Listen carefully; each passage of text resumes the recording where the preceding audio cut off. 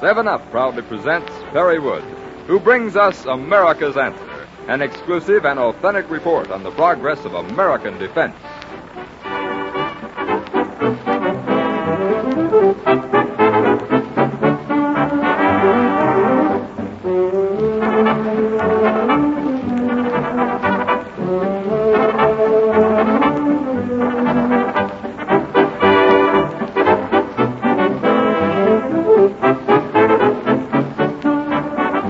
Presenting Perry Wood.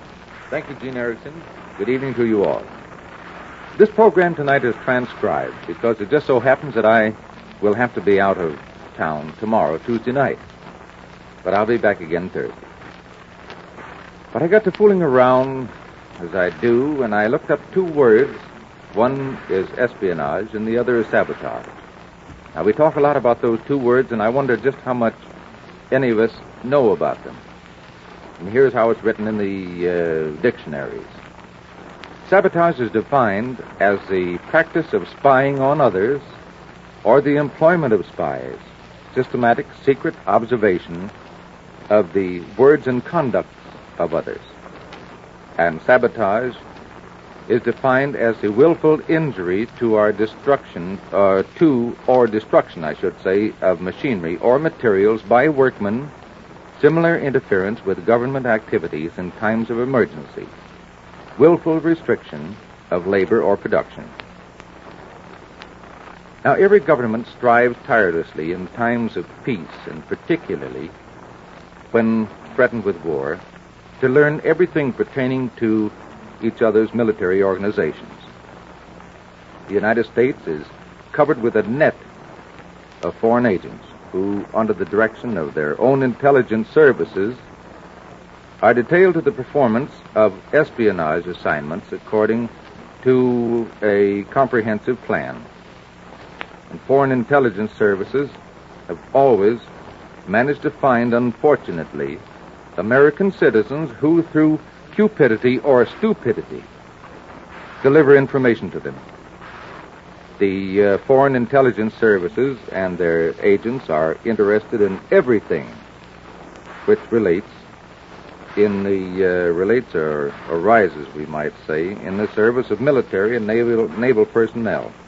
And their agents attempt to procure data on the state of our training, our armament, our equipment, our combat principles, war organization, and on the spirit and morale of the troops, the strength of our units, and the names of superiors, and on the life of the soldier off duty.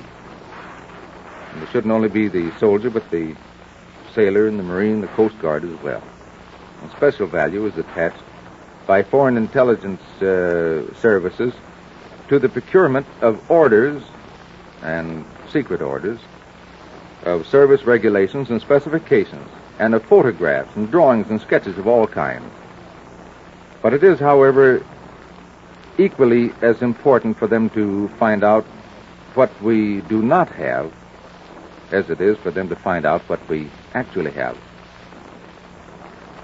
Agents in the employ of foreign intelligence service, they don't need to be foreigners, incidentally. Unfortunately, there are also American citizens. They appear externally harmless and, of course, always in those places where troops are stationed. And every person in the naval or military service must always be on guard against just such people as these.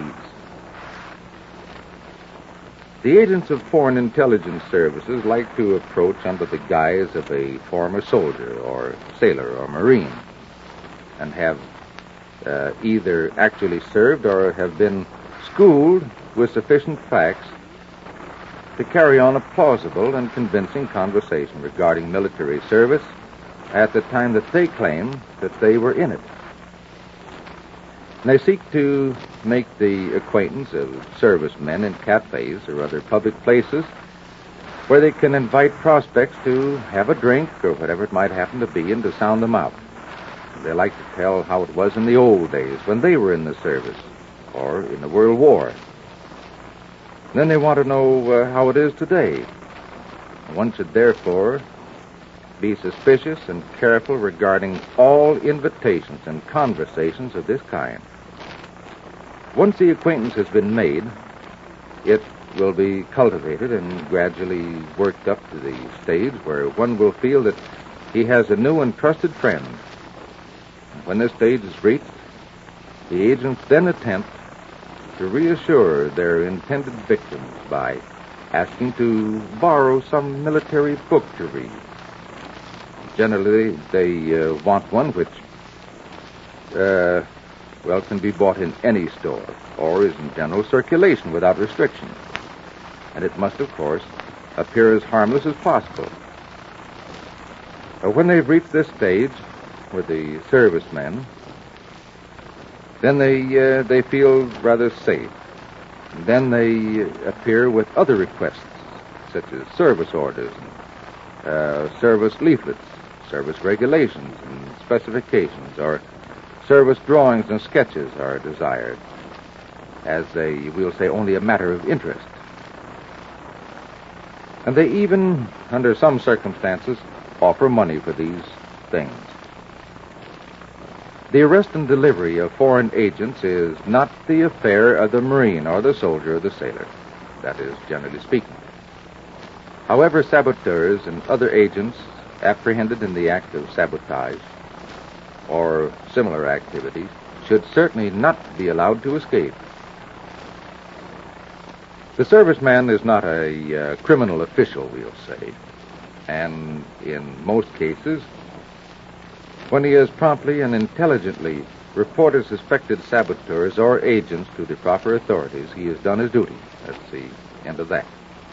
But he should, however, take every precaution in making such reports to be sure that the suspected person is not aware of the fact that he is suspected and being reported. This is advisable for two reasons. One, in order that his character will not suffer if he is completely innocent of any such activities, and many may be, those that are under suspicion.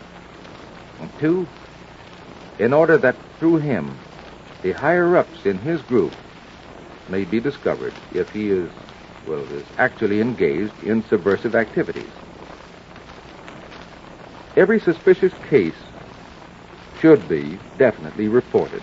I'm talking to you civilians now, as well as the men of the service.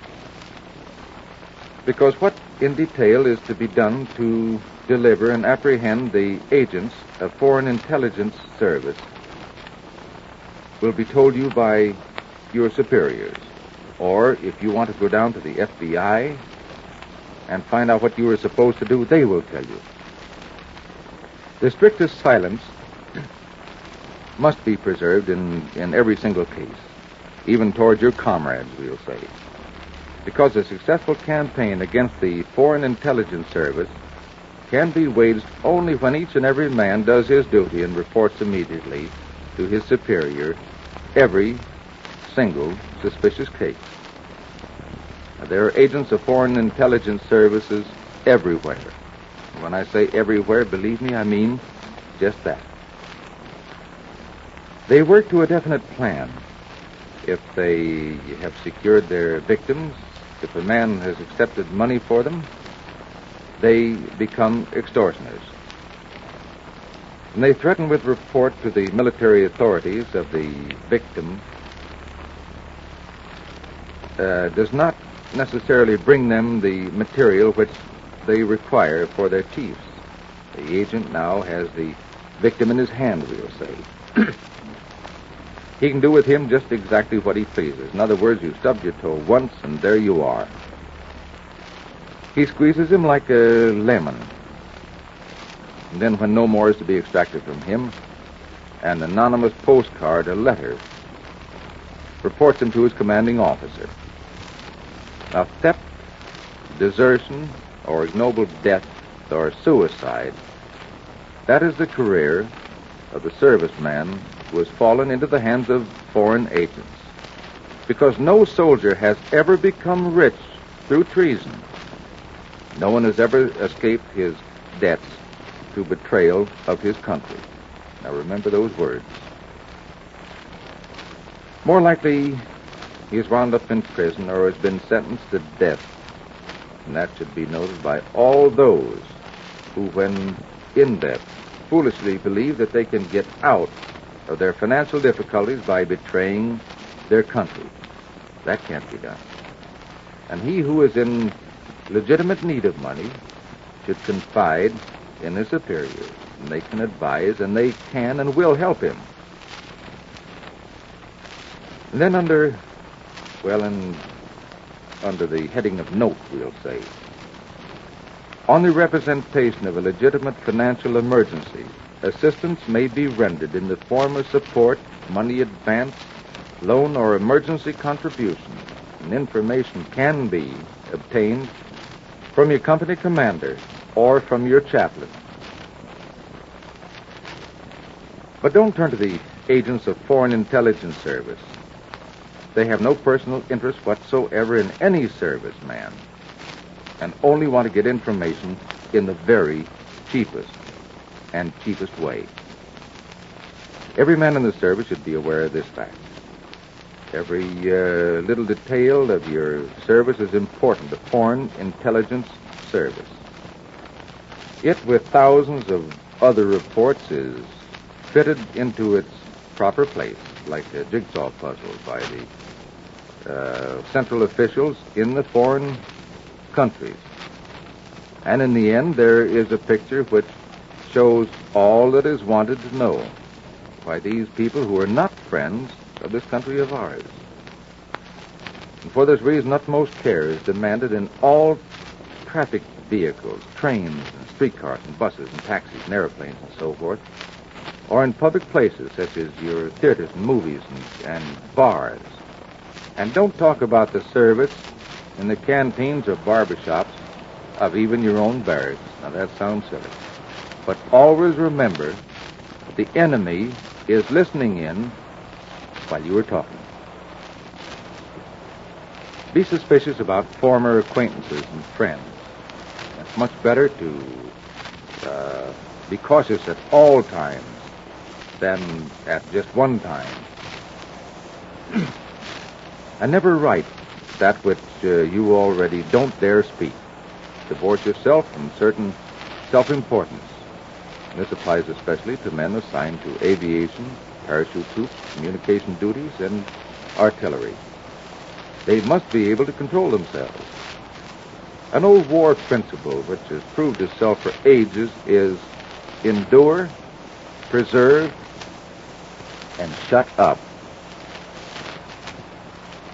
There are orders in force restricting photographing. Now, please, govern yourselves accordingly. Everybody. Don't photograph secretly. Well, I see that our time is just about up now, but we will continue with this discussion again next Thursday evening. So until then, good night to you, and a happy landing.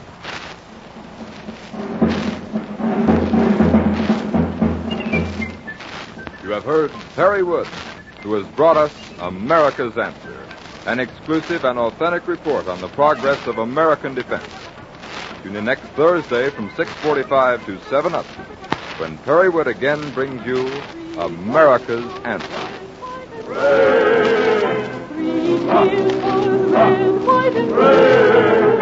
For freedom and liberty forever.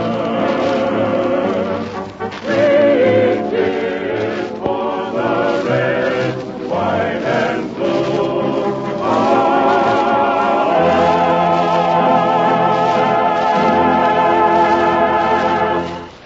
This program has been a presentation of the San Diego studios of the Columbia Broadcasting System.